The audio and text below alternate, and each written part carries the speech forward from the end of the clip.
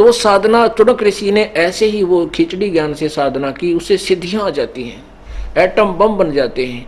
और उसका रिमोट काल के पास होता है, मन ये काल है और उसके हाथ में उसका वो रिमोट है, तो उससे काल इनको नचाता रहता है। कई वर्षों तक घोर तप करके उसने इतनी साधना की कि उसके सामने कोई भी रुकने वाला सिद्ध पुरुष नहीं था, सबको पता था। एक मानधाता नाम के चक्रवर्ती यानी पूरी पृथ्वी के शासक थे, उदय अस्त में उसका शासन राज्य था।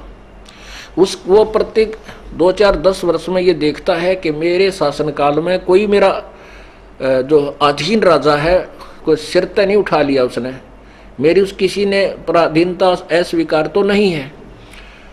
इसलिए वो अपना एक घोड़ा छोड़ता था और उसके गले में ये लिख दिया जाता था कि जिसको मानधाता राजा की पराधीनता स्वीकार नहीं है, इस घोड़े को बांध ले और युद्ध के लिए तैयार हो जा। राजा के पास 72 करोड़ सेना है, उसकी पूरी नीचे वह ताकत भी लिख दी जाती थी।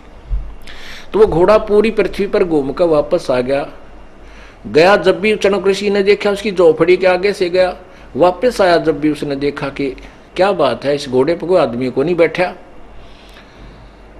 चुनक ऋषि ने उन सैनिकों से पूछा, भी सैनिकों इस घोड़े पर सवार क्यों नहीं है, ये खाली चल रहा है। कहने लगे मानदाता चक्रवर्ती राजा का ये घोड़ा, इस पर कोई नहीं बैठ सकता और ये इसलिए खाली भेज रखा है, इसके गले में लिखा हुआ है। ये सारी व्यवस्था बताई कि जो इसको पकड़ लेगा तो उसको युद्ध करना पड़ेगा राजा के साथ।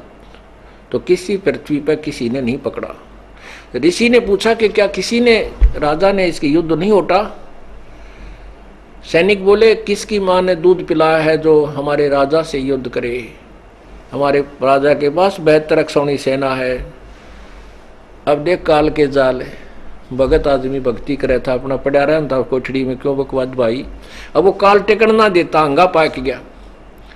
कहने लगा, अच्छा तुम्हारा राजा ऐसा हो गया, मैं इसका राजा का युद्ध उठता हूं और इस घोड़े को मैं बांधता हूं।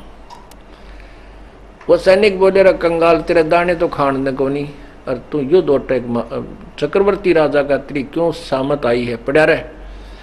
तो और बोला, भाई मेरे भाग में यह लिख रखी है और मन ने यो युद्ध उठ लिया। कह दे तेरे राजा को जाके कह दो। अब सैनिकों ने वो घोड़ा बांध दिया, वहीं पर ले तेरी अभी आए आज्ञा लेके तन समाराएंगे। अब वो राजा मानधाता चक्रवर्ती के पास गए। राजा ने सोचा भी आज एक आदमी ने आंख उठाई है तेरी तरफ, कल न दूसरे की हिम्मत पड़ेगी। तो अपने जो 72 करोड़ सेना के 4 टुकड़े बना लिए, 18-18 करोड़ के। एक